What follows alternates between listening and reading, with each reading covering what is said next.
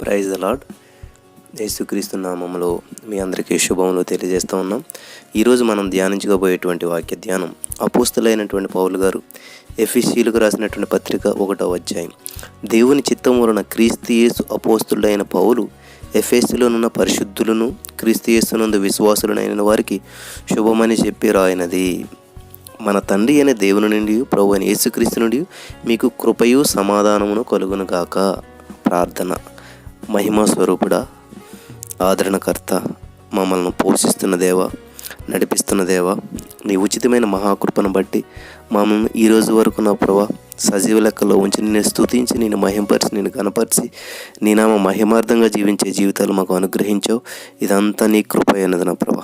ఈరోజు వాక్యాన్ని ధ్యానిస్తూ ఉండక పరిశుద్ధాత్మ దేవుడా, నీవు మా హృదయాలతో మాట్లాడి మరి నా ప్రభా మా ఆత్మలకు కావాల్సిన ఆహారం వడ్డించమని మా రక్షకుడు ప్రభు యేసునామమున నడుచు ప్రార్థన చేసి పొందుకుని ఉన్నామా పరమ తండ్రి, ఆమేన్.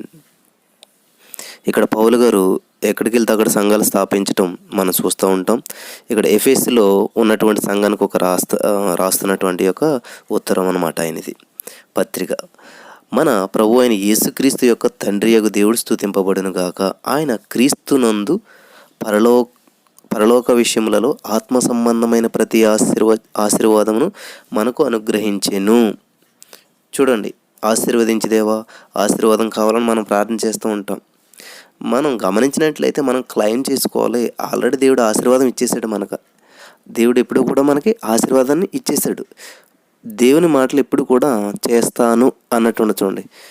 మీరు ఆయన పొందినటువంటి దెబ్బల ద్వారా మీరు 1 పేతురు 2వ అధ్యాయం 24వ వచనం ఉంటుంది. ఆయన పొందిన దెబ్బల ద్వారా మీరేంటి స్వస్థత పొందితిరి అని ఉంటుంది. అక్కడ స్వస్థత పొందుతారు అని ఉండదు. ఇక్కడ చూడండి, మనకేంటంట ఆశీర్వాదమును అనుగ్రహించెను అని ఉంటుంది. ఇక్కడ మన తెలుగు బైబిల్లో కొన్ని డిఫరెంట్గా ఉంటాయి. కానీ హెబ్రూ గ్రంథంలో చూసినట్లయితే హెబ్రూ లాంగ్వేజ్లో రాసినటువంటి గ్రంథములన్నీ కూడా ఎట్లా ఉంటాయంటే అయిపోయినట్టే ఉంటుంది అన్నమాట. యేసుప్రభు స్పష్టంగా డైరెక్ట్గా మాట్లాడినటువంటి మాటలు ఉన్నట్టుగా అక్కడ రాసినట్టు మనం చూడవచ్చు. ఆ బైబిల్ గ్రంథం ఆ లాంగ్వేజ్ చూసినట్లయితే కొంచెం తెలుగులోకి వచ్చేసరికి కొంచెం ఆ ట్రాన్స్లేషన్ కొన్ని విషయాల్లో జరుగును అన్నట్టే ఉంటాయి మనకి ఇక్కడ. కానీ ఇక్కడ ఏది చూసినా దేవుడు చెప్పిన మాట ఆత్మలోకంలో ఆల్రెడీ అయిపోయిందన్నమాట. మనం ఆశీర్వదించి దేవా అని ప్రార్థన చేస్తుంటాం. ఆల్రెడీ ఆశీర్వాదం ఇచ్చేసాడు దేవుడు. దాన్ని ఏం చేసేయాలి? పొందుకోవాలన్నమాట. చూడండి, 50,000 ఉద్యోగాలు అని చెప్పి ఏం చేసింది గవర్నమెంట్? ఆల్రెడీ అనౌన్స్ చేసేసింది. కానీ దాన్ని నువ్వు పొందుకోవాల్సినటువంటి బాధ్యత ఎవరి మీద ఉన్నది? నీవు క్లెయిమ్ చేసుకోవాలన్నమాట. దానికి చేయవలసినటువంటి కృషి, ఎగ్జామ్ రాయటం, ఇవన్నీ చేయాలన్నమాట. కాబట్టి ఈరోజు నువ్వు దేవుడిచ్చినటువంటి ఆశీర్వాదాన్ని ఇక్కడ స్పష్టంగా ఉందని చూడండి. నేను చెప్పట్లేదు.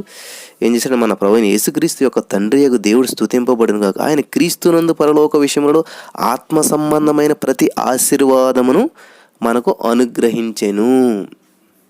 అంటే ప్రతి ఆశీర్వాదం దేవుడు మనకి ఇచ్చేసాడు.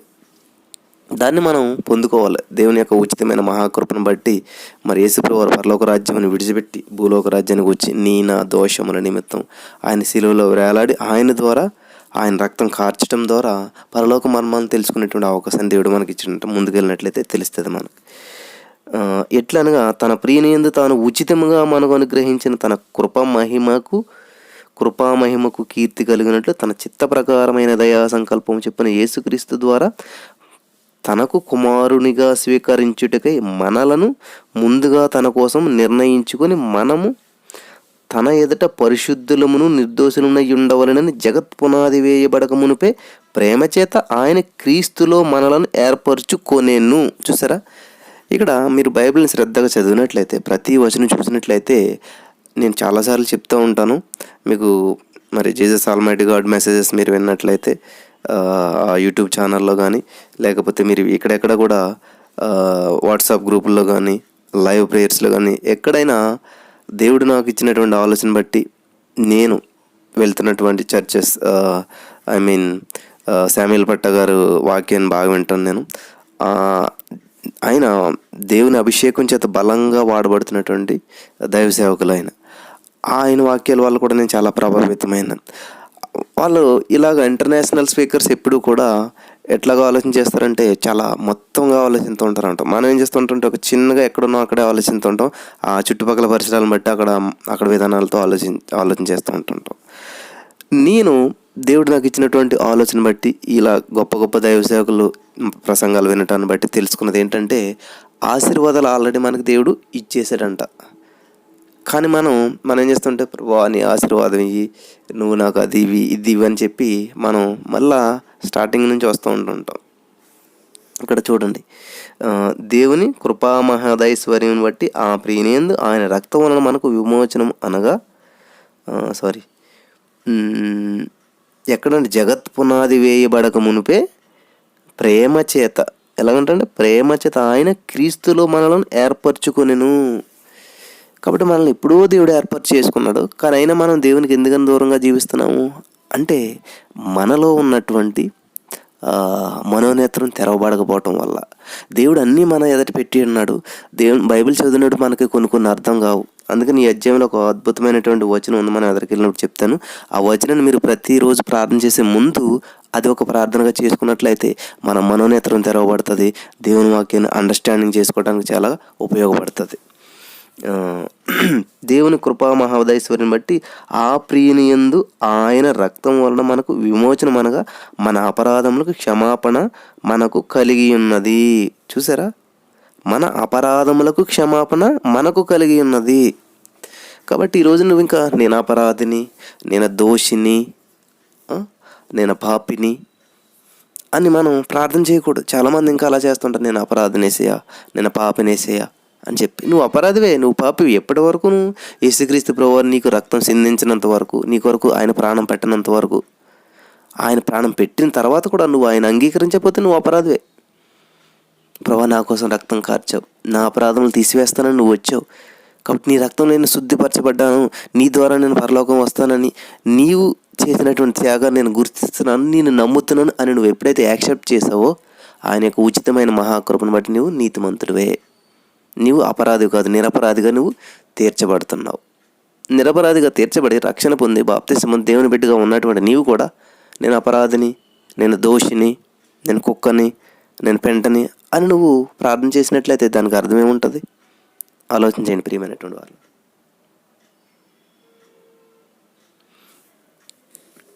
ఇక్కడ దేవుని వాక్యం నుంచి మనం చూసుకోండి. మీరు ప్రతి లేఖనాలను పరిశీలించాలి.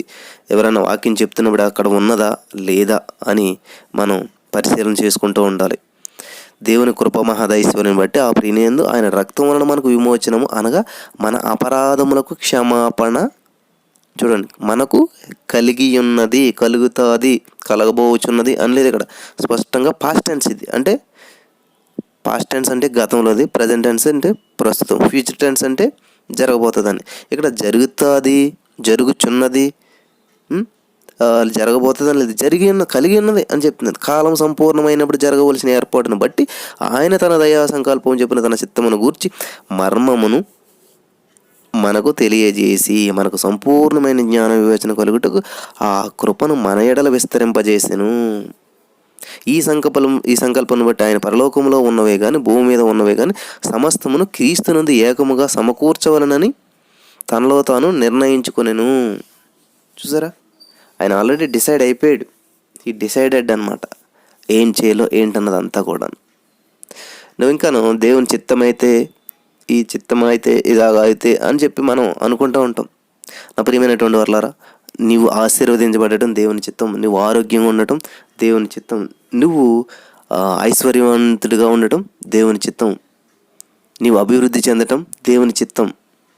దేవుని చిత్తం అయితే అభివృద్ధి చెందాలండి, దేవుని చిత్తం అయితే ఆశీర్వించబడాలండి, ఇట్లాగా చాలామంది అంటూ ఉంటుంటారు. అసలు దేవుని చిత్తం ఏంటన్నది మన మనోనేత్రాలు తెరవబడకపోవటం వల్ల అర్థం కాక ఇట్లాంటి వచనాలు, ఇట్లాంటి మాటలు మనం పలుకుతూ ఉంటాం. కాలం సంపూర్ణమైనప్పుడు జరగవలసింది ఆయన చేశాడంట. ఈ సంకల్పమును బట్టి ఆయన పరలోకంలో ఉన్నవే కానీ భూమి మీద ఉన్నవే కానీ సమస్తమును క్రీస్తుని ఏకంగా సమకూర్చోవాలని తనలో తాను నిర్ణయించుకుని, మరియు క్రీస్తునందు ముందుగా నిరీక్షించిన మనము తన మహిమకు కీర్తి కలగజేయవలనని దేవుడు తన చిత్త ప్రకారమైన సంకల్పం నోటి మనల్ని ముందుగా నిర్ణయించి, చూసారా, ముందుగా నిర్ణయించి ఆయన యందు స్వాచ్ఛముగా ఏర్పరచెను. చూడండి, ఏర్పరచెను అంటే ఏంటి? పాస్ట్ టెన్సా, ప్రజెంట్ టెన్సా, ఫ్యూచర్ టెన్సా? ఫాస్ట్ టెన్స్ ఏర్పరచెను అంటే అయిపోయింది. స్వాస్థ్యమును ఏర్పరచెను. ఆయన తన చిత్తానుసారంగా చేసిన నిర్ణయం చెప్పున సమస్త కార్యములు జరిగించుచున్నాడు. కాబట్టి ఆయన ఆల్రెడీ ఒక బ్లూ ప్రింట్ వేసేసాడు, దాని ప్రకారం నడుస్తూ ఉన్నదనమాట. మీరును సత్యవాక్యమును అనగా మీ రక్షణ సువార్తను విని క్రీస్తునందు విశ్వాసం ఉంచి వాగ్దానము చేయబడిన ఆత్మచేత ముద్రింపబడితిరి. ఇప్పుడు మీరు ఏం చేస్తారు? మీరు రక్షణ సువార్త విన్నారు, యేసుప్రభువు వారు దేవుడు అని తెలుసుకున్నారు, బాప్తిసం పొందారు, యేసుక్రీస్తునందు విశ్వాసం ఉంచారు, ఆయన వాగ్దానం చేయబడినటువంటి పరిశుద్ధాత్మ చేత మీరు ఏం చేశారు? ముద్రించబడితిరి. ఇక్కడ పౌలు గారు చెప్తాడు చూడండి, గలతీ పత్రిక 5:17 నేను యేసు యొక్క ముద్రలుగా నా శరీరమందు ధరించి ఉన్నాను. యేసు యొక్క ముద్రలు ధరించి ఉన్నాడు అంట. కాబట్టి ఆత్మచేత నువ్వు ముద్రించబడి ఉన్నావు. నువ్వు స్వతంత్రం కలిగి ఆయన నేను ఇలా ఆధారకర్తను పంపుతాను, ఆయన మిమ్మల్ని సర్వసత్యంలోకి నడిపిస్తాడని చెప్పి ఉన్నాడు, మిమ్మల్ని స్వతంత్రులుగా చేస్తానని చెప్పి ఉన్నాడు. కాబట్టి నువ్వు ఆత్మచేత ముద్రించబడినటువంటి వ్యక్తివి. ఇప్పుడు దేవుని మహిమకు కీర్తి కలుగుటగా ఆయన సంపాదించుకొనిన ప్రజలకు విమోచనము కలుగు నిమిత్తము ఈ ఆత్మ మన స్వాచ్ఛమునకు సంచకరువుగా ఉన్నాడు. ఈ పరిశుద్ధాత్మ దేవుడు ఏం చేస్తున్నాడంటే ఆయన మనల్ని నడిపిస్తూ ఉన్నాడు సత్యములోనికి, స్వతంత్రములోనికి. కాబట్టి పరిశుద్ధాత్మ అనుభవాన్ని కలిగినటువంటి నీవు, ఆత్మచేత ముద్రించబడినటువంటి నీవు, యేసుక్రీస్తుని సొంత రక్షణగా అంగీకరించినటువంటి నీవు, ఇంకా ఇక్కడ మనం చదివాం కదా, దాసత్వంలో లేము, మనం ఎలా ఉన్నామంటే విడుదల పొందినటువంటి వారుగా మనం ఉన్నాము, స్వేచ్ఛను కలిగి ఉన్నాము మనము. హల్లెలూయా. నువ్వు ఇంకా అపరాధిగా లేవు. 7వ వచనంలో చూడండి, మన అపరాధములకు క్షమాపణ మనకు కలిగి ఉన్నది. కాబట్టి నేను ఇంకా అపరాధిని అనకూడదు. మనం క్రీస్తునందు విశ్వాసం ఎప్పుడైతే ఉంచావు, నువ్వు వాగ్దానం చేయబడిన ఆత్మచేత నువ్వు ముద్రించబడితివి. కాబట్టి నీకు సీల్డ్ అనమాట, పాస్ అని వచ్చేసింది అనమాట, వీళ్ళకి స్వతంత్రం అని చెప్పి స్టాంప్ వచ్చిందనమాట. కాబట్టి నీ అపరాధములన్నీ తుడిసివేయబడినవి, కడిగివేయబడినవి, యేసు రక్తం చేత శుద్ధి చేయబడినవి. ఈ హేతు చేత ప్రభు అయిన యేసునందల మీ విశ్వాసమును గూర్చి పరిశుద్ధులందరి ఎడల మీరు చూపుచున్న విశ్వాసమును గూర్చి నేను వినినప్పటి నుండి మీ విషయమానక దేవుని కృతజ్ఞతాస్తుతులు చెల్లించుచున్నాను. నా ప్రియమైనటువంటి సహోదరి, స్నేహితుడా, నీ సాక్ష్యం విన్నప్పుడు ఎవరైనా ఆత్మలో సంతోషించగలుగుతున్నారా? నీ వాక్యం విన్నప్పుడు ఎవరైనా బలపడగలుగుతున్నారా? నీవు చేస్తున్నటువంటి పనులను బట్టి ఎవరైనా ఆత్మచేత నడిపించబడుతున్నారా? నీ జీవితాన్ని బట్టి ఎవరైనా దేవుని దగ్గరికి రాగలుగుతున్నారా? థ్యాంక్ గాడ్ ఆ బిడ్డను వాడుకుంటున్నందుకు, వందనాలు వేసి ఆ బిడ్డని అంతగా ఆశీర్వదించినందుకు వందనాలు నా ప్రభా అని చెప్పి కృతజ్ఞత ఎవరైనా చెప్పగలుగుతున్నారు నువ్వు చేస్తున్న పనులను బట్టి? దేవుడిని నమ్ముకున్నారులేండి, వాళ్ళు చేసే పనులన్నీ ఎలా ఉంటాయి. దేవుడిని అయితే నమ్ముకున్నారండి, వాళ్ళ బూతులు మానలేదు, దేవుడిని అయితే నమ్ముకున్నారండి, మోసాలు మానలేదు అని చెప్పి నిన్ను బట్టి ఇంకా దేవుని అవమానపరుస్తున్నారా? ఎప్పుడు చర్చికి వెళ్ళరండి, దేవుని అయితే నమ్ముకున్నారు, దశమ భాగం అసలే ఎవరండి వాళ్ళు? బైబిల్ చదువుతారా? బైబిల్ చదవరండి అసలు. ఏదో పేరుగా దేవుడిని నమ్ముకున్నారండి, ఏదో క్రిస్మస్ రోజుని, ఈస్టర్ రోజుని అలా చర్చికి వెళ్ళి వస్తుంటారు. సీఈఓలు అండి వాళ్ళు. క్రిస్మస్, ఈస్టర్ ఓన్లీ, మిగతా టైంలో వెళ్ళరు. ఇదేనా నీ సాక్ష్యం? ఇదేనా నిన్ను బట్టి సంతోషపడేటువంటి విషయం ఏదైనా ఉందా? ఆలోచించండి ప్రియమైనటువంటి వాళ్ళారా. ఇక్కడ ఎఫెసులో ఉన్నటువంటి వారిని బట్టి పౌలు గారు ఏం చేస్తున్నాడంటే మానక దేవుని కృతజ్ఞతాస్తుతులు చెల్లిస్తున్నాడంట. నేను కూడా జీసస్ ఆల్మైటీ గాడ్లో ఉన్నటువంటి కొంతమంది మరి అడ్మిన్స్ ఉన్నారు, వాళ్ళని బట్టి చాలా నా మనసు ఎంతో సంతోషపడుతూ ఉంటుంది. ఎందుకంటే జస్ట్ ఒక మాట చెప్పి నేను చేశాను, వాళ్ళు ఎంత దాన్ని డెడికేటెడ్గా శ్రద్ధగా చేస్తున్నప్పుడు చాలా సంతోషం అనిపిస్తుంది. యవ్వనస్తులు, మ్యారేజెస్ అయిన వారు, చిన్న చిన్న పిల్లలతో ఉన్నవాళ్ళు, పెద్దవాళ్ళు, అందరూ జాబులు చేసుకుంటున్నవారు, ఎంతోమంది డిఫరెంట్ కేటగిరీస్లో ఉన్నవారు అంతా కూడా చాలా ఒబీడియంట్గా వాళ్ళు ఆ యొక్క వర్క్ని చేస్తున్నప్పుడు చాలా సంతోషం అనిపిస్తూ ఉంటుంది. దేవునికి స్తోత్రం, దేవునికి మహిమ, కృతజ్ఞతాస్తుతులు చెల్లిస్తున్నాను వాళ్ళందరిని బట్టి దేవునికి. చూడండి, ఇక్కడ ప్రతి వ్యక్తి ప్రతిరోజు తప్పకుండా చేయవలసినటువంటి ప్రార్థన. మీరు రెగ్యులర్ ప్రార్థన చేసే ముందు ఇది చూడండి, భోజనం చేసే ముందు చేతులు ఎలాగైతే కడుక్కుంటామో, చేతులు కడిగిన తర్వాత మనం భోజనం ఎలా చేస్తామో అట్లాగా ప్రైమరీ నీడ్ అనమాట, కంపల్సరీ చేయవలసినటువంటిది ప్రేయర్ అనమాట. మీరు అపోస్తులు ఇది ఎఫెసీ పత్రిక 1వ అధ్యాయం 17, 18, 19 వచనాలు, అంటే 1వ వచనం ఇది అంతాను. ఈ 17వ వచనం కంపల్సరీగా ప్రతిరోజు మనం గుర్తు చేసుకోవాలి. దాన్ని కంఠత వాక్యంగా మనం మార్చుకోవాలన్నమాట.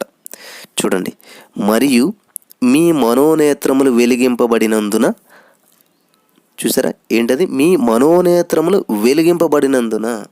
కాబట్టి దేహమునకు దీపము కన్నే గనుక కన్ను చెడినదైతే దేహం అంతా చీకటమయమవుతుందని చెప్పి మనం బైబిల్లోనే చదువుకుంటూ ఉంటాం. కాబట్టి మన మనోనేత్రం అంటే ఏంటంటే కనపడేది ఏంటి? మనుషులు, చెట్లు ఇలా కనబడతారు, అది మామూలు నేత్రం. మనోనేత్రం అంటే ఏంటంటే అది ఆత్మనేత్రం అనమాట. ఆ మనోనేత్రం తెరవబడనని చెప్పు నువ్వు బైబిల్ చదువుతుంటే తెల్లటి పుస్తకంలో నల్లటి అక్షరాలు కనిపిస్తూ ఉంటుంటాయి. నీ మనోనేత్రం తెరవబడినంతసేపు ఏమున్నది అనిపిస్తూ ఉంటుంది. కానీ నీ మనోనేత్రం తెరవబడినప్పుడు నువ్వు చదువుతున్నటువంటి వాక్యం దేవుని మాటగా, దేవుడే నీతో మాట్లాడుతున్నట్టుగా నీకు జీవాన్ని కలిగిస్తుంది. అందులో జీవాన్ని నువ్వు కనుగొనగలుగుతావు. మనోనేత్రం వెలిగింపబడినందున ఆయన మిమ్మల్ని పిలిచిన పిలుపు వలనైన నిరీక్షణ ఎట్టిదో, పరిశుద్ధులలో ఆయన స్వాస్థ్యము యొక్క మహిమైశ్వర్యం ఎట్టిదో, ఆయన క్రీస్తునందు వినియోగపరిచిన బలాతిశయమును బట్టి విశ్వసించు మన యందు ఆయన చూపుచున్న తన శక్తి యొక్క అపరిమితమైన మహాత్మ్యం ఎట్టిదో మీరు తెలుసుకొనవలనని మన ప్రభువైన యేసుక్రీస్తు యొక్క దేవుడైన మహిమా స్వరూపియగు తండ్రి తనను తెలుసుకుని యందు మీకు జ్ఞానమును ప్రత్యక్షతను గల మనసు అనుగ్రహించినట్లు నేను నా ప్రార్థనలందు మిమ్మల్ని గూర్చి విజ్ఞాపన చేయుచున్నాను. కాబట్టి ప్రతిరోజు విజ్ఞాపన చేయాలి. ఈ ప్రార్థన తప్పకుండా ప్రతి వారు చేయాలి. ఆల్రెడీ మేము యూట్యూబ్లో మా వైఫ్ నేను కలిపి ఈ ప్రార్థన చేసి చక్కగా మీరు అది మీరు ఏకీభవించేలాగా చేసి పెట్టాం. దయచేసి ప్రతిరోజు మీరు దాన్ని చేయవలసినటువంటి బాధ్యత ప్రతి వారికి ఉన్నదన్నమాట. కెనెత్ హేగన్ గారు చాలా గొప్ప దైవ సేవకుడు. ఆయన ప్రతిరోజు చేస్తూ ఉండేవాడు అంట. కొన్ని నెలలు కాదు, సంవత్సరాలు అలా చేసినప్పుడు తన జీవితంలో చాలా మార్పు అనేది రావటం గమనించి ఆయన చెప్పాడంట ప్రతిరోజు చేయాలని చెప్పేసి. కాబట్టి నువ్వు కూడా ఇది ఏంటి, మీ మనోనేత్రం తెరవబడాలి, మీ మనోనేత్రం వెలిగింపబడాలి. ఆయన మిమ్మల్ని పిలిచిన పిలుపు వలనైన నిరీక్షణ ఎట్టిదో, అసలు మిమ్మల్ని ఎందుకు పిలిచాడు, ఆ నిరీక్షణ ఏంటి, మనం ఎందుకని దేవుని వెంబడిస్తాము, ఎందుకని బైబిల్ చదవాలి, ఎందుకని ప్రార్థన చేయాలి, అసలు మన జీవిత లక్ష్యం ఏంటి, మనం చనిపోయిన తర్వాత మన జీవితం ఏంటి, మన నిరీక్షణ ఏంటి, పరిశుద్ధులలో ఆయన స్వాస్థ్యం యొక్క మహిమైశ్వర్యం ఎట్టిదో, పరిశుద్ధులలో ఆయన స్వాస్థ్యం యొక్క మహిమైశ్వర్యం ఎట్టిదో, ఆయన క్రీస్తునందు వినియోగపరిచిన బలాతిశయమును బట్టి విశ్వసించు మన యందు ఆయన చూపుచున్న తన శక్తి యొక్క అపరిమితమైన మహాత్మ్యం ఎట్టిదో. ఎప్పుడైతే మనం ఆయన్ని విశ్వసించామో ఆయన మన ఎడల చూపుచున్నటువంటి అపరిమితమైన మహాత్మ్యం ఎట్టిదో మీరు తెలుసుకోవాలనని. ఎప్పుడు తెలుసుకుంటారు? మీ మనోనేత్రం తెరవబడినంతసేపు దేవుని మహిమ ఎట్టిదో, ఆయన మహాత్మ్యం ఎట్టిదో, ఆయన ప్రేమ ఎట్టిదో మనం తెలుసుకోవాలని, చూడలేం, అనుభవించలేం. మన ప్రభు యేసుక్రీస్తు యొక్క దేవుడిని మహిమా స్వరూపియగు తండ్రి తనను తెలుసుకుని యందు మీకు జ్ఞానము ప్రత్యక్షతయు గల మనస్సు అనుగ్రహించినట్లు. చూడండి ఏంటంటే జ్ఞానమును ప్రత్యక్షతయు గల మనస్సు. కాబట్టి మనకు జ్ఞానము లేనప్పుడు ప్రత్యక్షత ఉండదు అన్నమాట. ఎప్పుడైతే జ్ఞానం కలిగి ఉంటామో, ఎప్పుడు వస్తుంది జ్ఞానం? ఆయన ఇస్తాడు, ఆయన యొక్క మహాకృపను బట్టి. కాబట్టి మన మనోనేత్రం తెరవబడినప్పుడు మనకు ప్రత్యక్షతను మనం చూడగలుగుతాం. ఒక వాక్యాన్ని చదువుతున్నప్పుడు అక్షరాలు ఒక మామూలు వాక్యంగా కనపడదు, దాంట్లో ఒక ప్రత్యక్షత, ఒక రెవల్యూషన్ అనేది నీకు ఎప్పుడు వస్తుంది అంటే నీ మనోనేత్రం తెరవబడినప్పుడు. దానిలో ఉన్నటువంటి ఆత్మీయార్థం వేరుగా ఉంటుంది. నువ్వు చదువుతున్న వాక్యం చదువుతున్నట్టు ఉండదు. అది ఏ దైవసేవకుడు వివరించినా ఒక్కో కోణంలో అతనికి ప్రత్యక్షత వస్తుంది అనమాట. కాబట్టి ఆ దైవసేవకుడు ఎలా వివరించాడు, ఈ దైవసేవకుడు ఎలా వివరించాలంటే ఎవరికి అనుగ్రహించబడినటువంటి ప్రత్యక్షతను బట్టి వాళ్ళు వివరిస్తూ ఉంటారు. అక్కడ ప్రజలను బట్టి, పరిస్థితులను బట్టి, దేవుడు వాళ్ళకి ఇచ్చినటువంటి ప్రత్యక్షతను బట్టి మాట్లాడుతూ ఉంటారు. నీవు చదివినట్లయితే దేవుడు నీకు ప్రత్యక్షత ఇస్తాడు. ఎప్పుడు నీ మనోనేత్రం తెరవబడాలని నువ్వు ప్రార్థన చేసి నీ మనోనేత్రం తెరవబడినప్పుడు మాత్రమే దేవుని ప్రత్యక్షతను నువ్వు అనుభవించగలుగుతావు. నా ప్రియమైనటువంటి సహోదరి, స్నేహితులు, మిమ్మల్ని అందరినీ బ్రతిమాల్చున్నాను. దయచేసి ప్రతిరోజు విడవకుండా ఈ యొక్క అపోస్తులు ఎఫెసీ పత్రిక 1:17 ఇదంతా కూడా ప్రతిరోజు చదవండి. దేవుడు మీకు గొప్ప ప్రత్యక్షతను ఇస్తాడు. మీ మనోనేత్రాలు తెరవబడినట్లు దేవుడు సహాయం చేస్తాడు. ప్రార్థన చేద్దాం మనందరం. యేసయ్యా, మా మనోనేత్రాలు తెరవండి, యేసయ్యా మాకు ప్రత్యక్షతను, జ్ఞానమును చూచేటువంటి మాకు దయచేయండి యేసయ్యా అని చెప్పి మనం ఇక్కడ ఆయన అడుగుతున్నాడు. ప్రత్యక్షతయు మీకు జ్ఞానమును ప్రత్యక్షతయు గల మనసు అనుగ్రహించినట్లు నేను నా ప్రార్థనలో ఎందుకు మిమ్మల్ని గూర్చి విజ్ఞాపన చేయించినట్టు పౌలు గారు ఎఫెసీ సంఘం గురించి, గలతీ సంఘం గురించి ఆయన ఎంత డిసప్పాయింట్ అయ్యాడు, ఎంత బాధపడ్డాడు. ఆయన సువార్త ప్రకటించిన తర్వాత వాళ్ళు మళ్ళీ లోకానుసారమైనటువంటి జీవితాలు జీవిస్తూ బాప్తిసం పొంది కూడా బాప్తిసం కాదు ఇంకోటి చేయాలంటే పరలోకం వెళ్తారంటే అది కూడా చేసేస్తూ ఉన్నారు. ఈరోజు నువ్వు చూసినట్లయితే చాలామంది ఏం చేస్తూ ఉన్నారంటే ప్రార్థన ఇలాగే చేయాలి, ఇలా చేస్తే పరలోకం వెళ్ళాలంటే అలాగే చేస్తున్నారు అందరూ కూడా. అసలు దేవుని వాక్యం ఏమున్నది, అసలు ఎలా నువ్వు దేవుని దగ్గర అవుతావు, ఏం చేస్తే దగ్గర అవుతావు, దేవునికి నీకు రిలేషన్షిప్ ఎలాగా బిల్డ్ చేసుకోవాలి, ఎలా ఉండాలి, ప్రార్థించడం ద్వారా దేవుని బైబిల్ చదవడం ద్వారా దేవునికి దగ్గరగా ఉండాలి.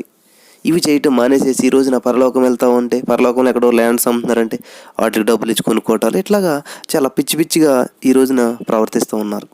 దేవుని నమ్మినటువంటి వారే, విశ్వాసాలుగా ఉన్నటువంటి వారే. కాబట్టి ఈ 17వ వచనాన్ని కంపల్సరీగా ప్రతిరోజు మీరు చేయమని మరీ నేను తెలియజేస్తూ ఉన్నాను. ఎందుకంటే శామ్యూల్ భట్ గారు ఎప్పుడు చెప్తూ ఉంటారు ఇది చేయాలని చెప్పేసి మమ్మల్ని ప్రోత్సహిస్తూ ఉంటారు. కాబట్టి నేను మిమ్మల్ని ప్రోత్సహిస్తూ ఉన్నాను. ఇది చేసినప్పుడు జీవితంలో చాలా మార్పులు అనేవి సంభవించడం మనం చూడగలుగుతాం.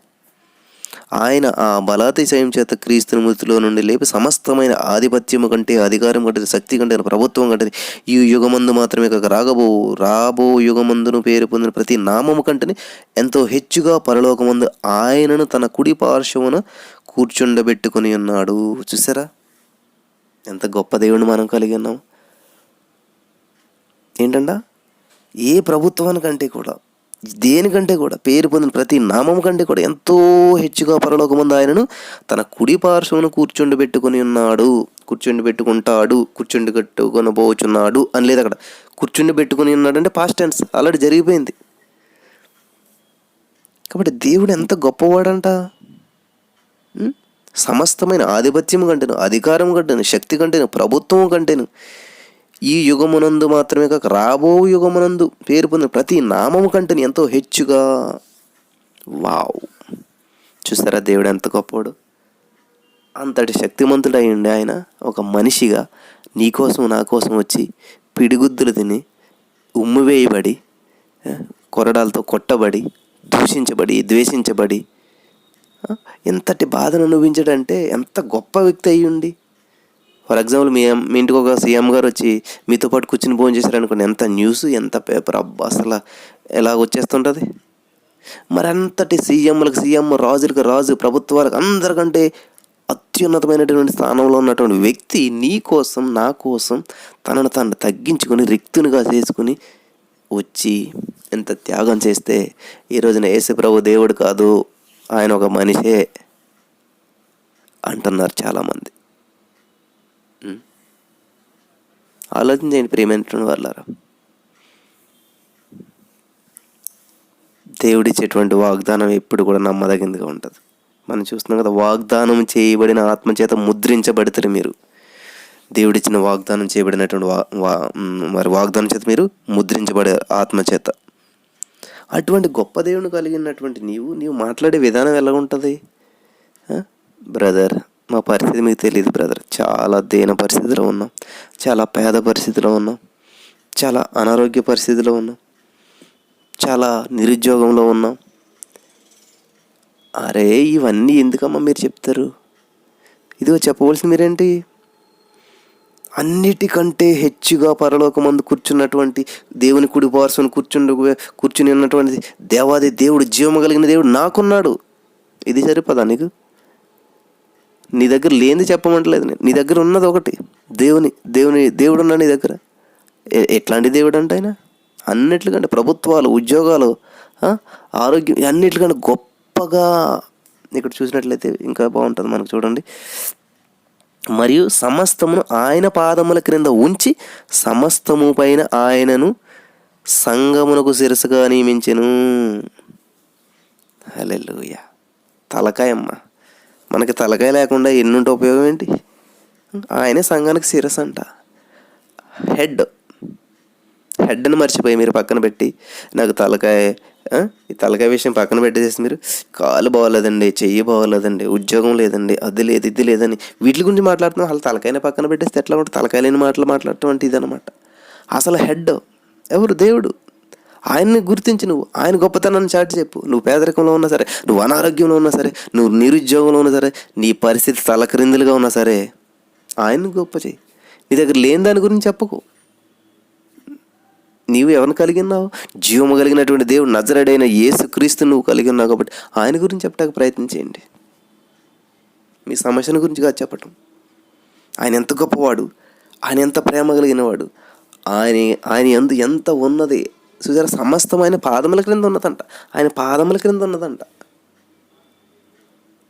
మరి అటువంటి దేవుడే నిన్ను ఎత్తుకొని హత్తుకొని చేతులు సాపి చేస్తుంటే నీకు ఎంత ఉన్నతమైన స్థితిలో నువ్వు ఉన్నావా తెలుసా? నువ్వు గుర్తించగలుగుతున్నావు అది?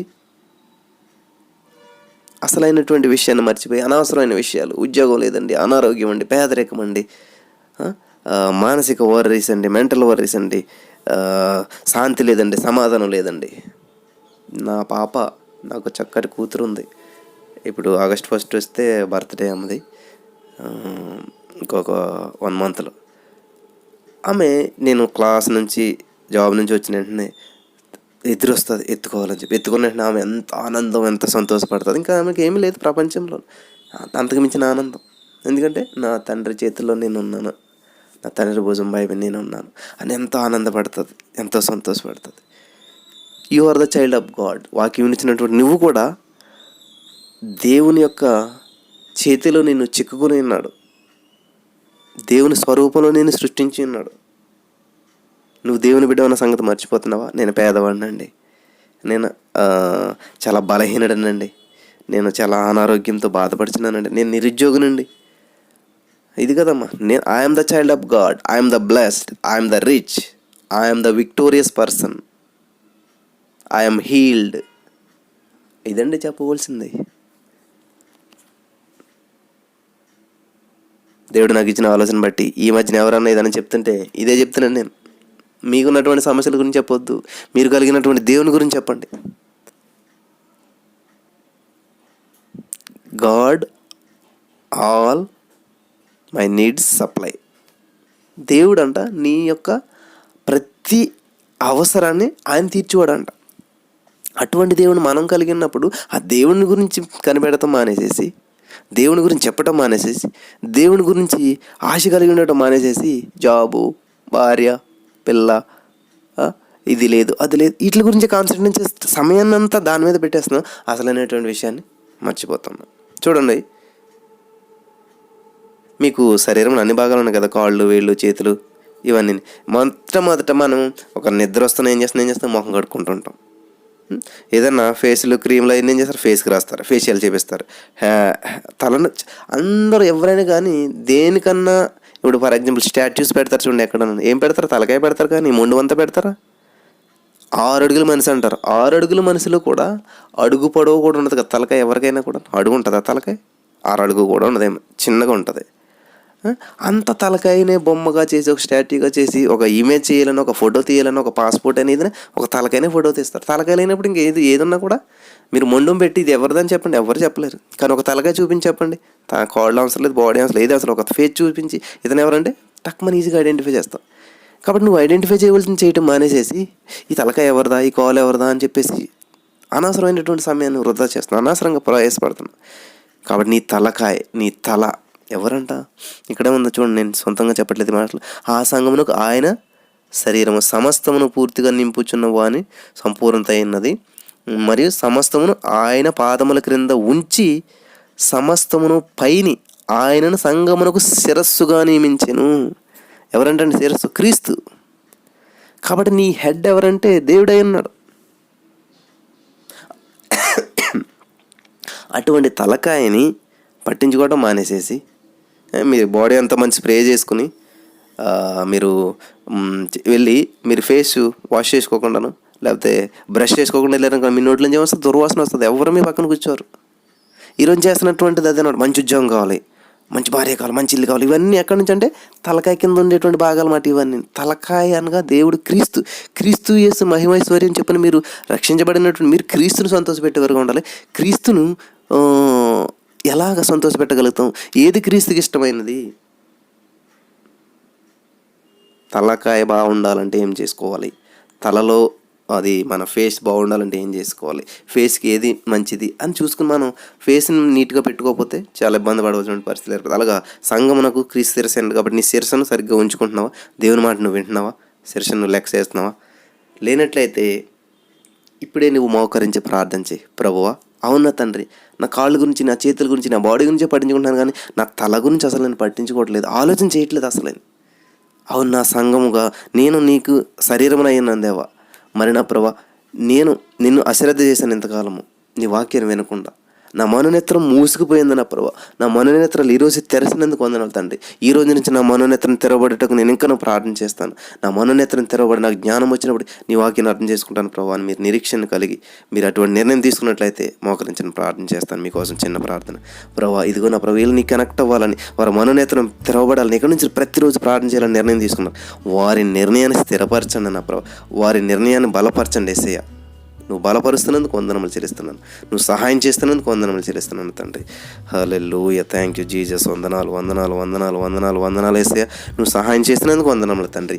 వీరిని అందరినీ దీవించండి, ఆశీర్వించండి. ప్రతి వారి మనోనేత్రం తెరవబడినట్లు నా ప్రభావ, నువ్వు అనుగ్రహించిన ప్రతి ఆశీర్వాదాలు ఆల్రెడీ నువ్వు ఆశీర్వాదం ఇచ్చేస్తాను తండ్రి. దాన్ని ప్రతి వారు స్వతంత్రించుకుని ఆశీర్వాదంగా, ఐశ్వర్యవంతులుగా, ఆరోగ్యవంతులుగా, అభివృద్ధి చెంది ఫలించే, బహుగా ఫలించిన వ్యక్తులు వీరందరూ జీవించడానికి నువ్వు సహాయం చేస్తున్నందుకు నీకు వందనములు చెల్లిస్తూ నమ్మి పొందుకుని వీరి నిర్ణయం స్థిరపరిచినందుకు వందనాలు. వీరిని నా ప్రభు నీళ్ళు అంటుకట్టు ఫలించి బహుగా ఫలించేటువంటి వరకు చేస్తున్నందుకు వందనం చెల్లిస్తూ యేసు నామమున నమ్మి ప్రార్థించి పొందుకుని నాం పరమ తండ్రి. Amen, amen, amen.